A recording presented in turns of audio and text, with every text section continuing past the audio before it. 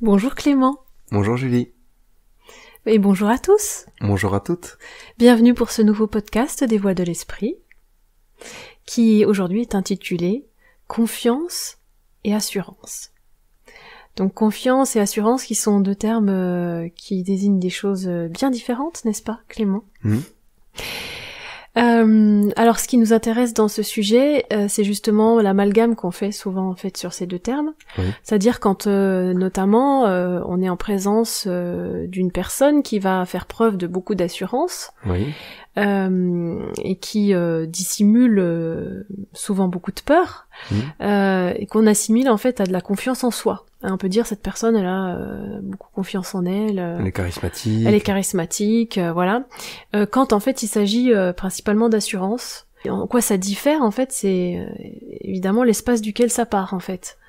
Donc qui n'est pas un espace justement de confiance véritable. Oui. En ce qui est, le plan ou ce que la vie nous propose, dans le flux de la vie, mais à l'inverse une posture intérieure. Oui.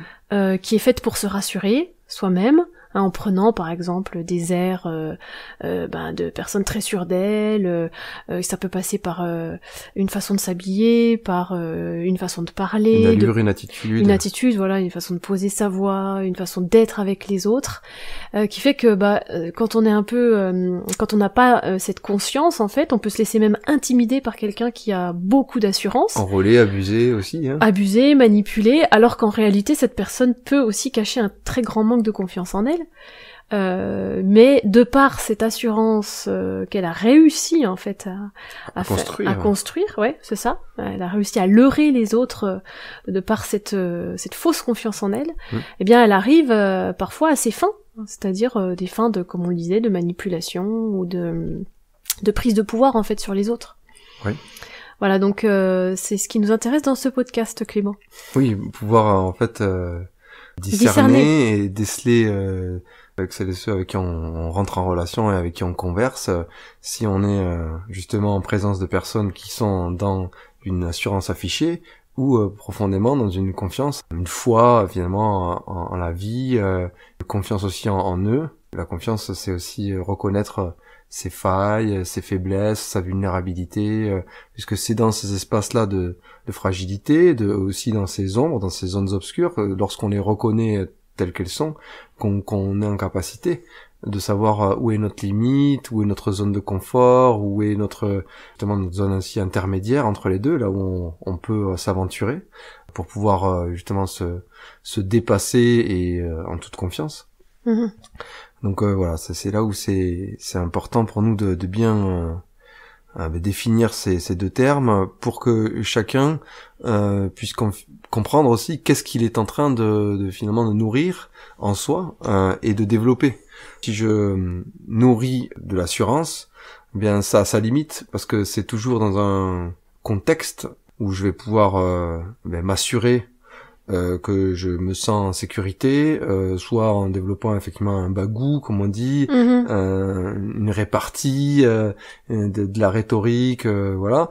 Mais c'est propre à ce contexte, c'est-à-dire que dès que je suis sorti tout à coup de ma zone de confort et que je me retrouve dans une situation qui m'échappe ou dans laquelle j'ai absolument plus aucune mainmise et aucun contrôle, est-ce que là je suis capable d'être toujours dans la foi et dans la confiance, en ce que la vie a prévu pour moi, ou est-ce que je suis complètement déstabilisé, à la merci des aléas et emporté par mes émotions, emporté par mes pulsions, emporté par mes sensations.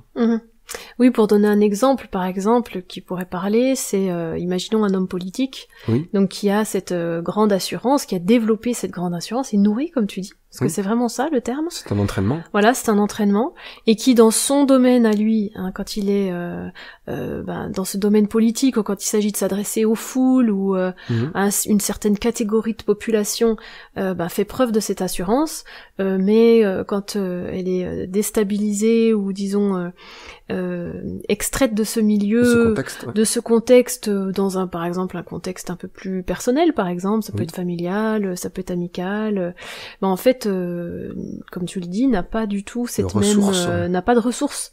Donc ça peut donner des comportements même voire peut-être asociaux alors que c'est une personne de public, on va dire, hein. Oui. D'ailleurs, c'est assez souvent ce qui peut se passer chez les personnages publics, c'est-à-dire ce besoin de se retrancher en fait quand on sort de là, de se retrancher du monde pour d'une certaine manière s'en protéger, sans souffler, parce qu'il y a justement pas cette confiance en dehors de cette bulle en fait politique, quoi. Complètement. Et il y a justement chez les dirigeants en général ce paradoxe où ils occupent des fonctions à responsabilité qui exige, en fait, cette fonction exige cette assurance pour donner un cap, une direction, des objectifs, pourquoi pas essayer de les atteindre, rassurer aussi tous les interlocuteurs, c'est-à-dire les convaincre de suivre la direction qui est proposée, en même temps obtenir c'est-à-dire des voix, c'est-à-dire obtenir l'adhésion, l'accord de ceux à qui on propose un projet politique, une campagne, etc. Et finalement, donc il y a véritablement un art en fait qui est développé autour de cette faculté à fédérer, à créer l'émulation, et à susciter la confiance. Et à susciter ça qui est paradoxal en fait. Et à susciter la confiance. Ouais. Voilà, en dégageant une grande assurance, en fait, on suscite de la confiance.